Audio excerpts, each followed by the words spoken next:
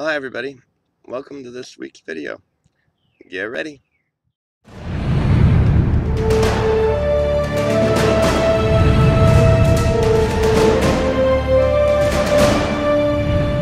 I want to tell you about a typical conversation. Now this is not a hypothetical conversation. This conversation happens all the time for folks like gospel revolutionaries. And I was talking to a friend yesterday who's also a friend of the gospel revolution.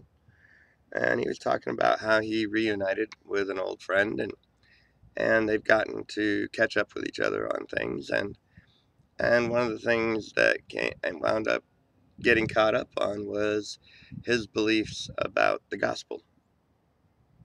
And his friend that he was catching up with was really pretty shocked, actually.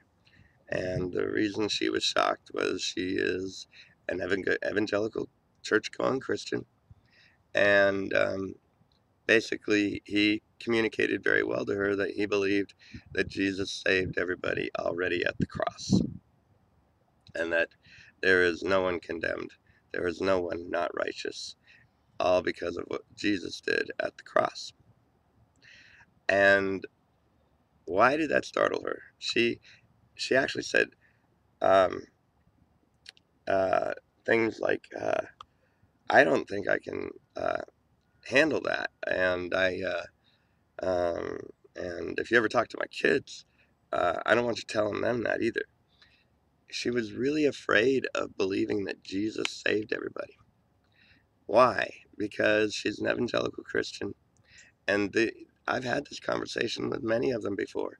They're afraid because that means you're saying that everybody's already saved, meaning you don't have to do what she did to get saved, quote unquote. And what did she do? She accepted Jesus as her personal Lord and Savior. She believed in him. She asked him for forgiveness. And she goes to church now and she obeys the commandments she believes she has to obey.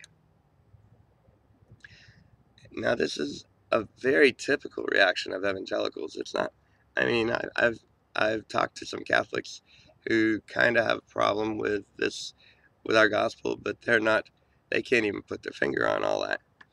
But when you think about this, if you're an evangelical Christian who preaches the grace of God, you really got to think about that word grace.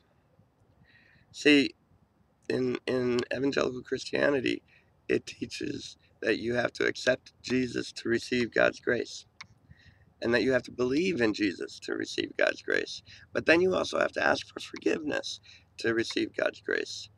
And then you also have to be a good Christian, live like a Christian, and obey the commandments, at least the commandments you believe are in effect. And you got to understand, if you have to do anything to receive God's grace, that's not grace. Grace is given even though somebody never did a thing to receive it. And that's exactly what God did through the work of Christ at the cross. He gave everyone everlasting life and righteousness, even though nobody did anything to receive it, did nothing to earn it, but he gave it to them and they received it. If you have to do one thing to receive something, whatever you're receiving is not grace. It may be a reward, it's a quid pro quo, but it is not grace. For more on grace, check out our website at gospelrevolution.com. Listen to our podcasts.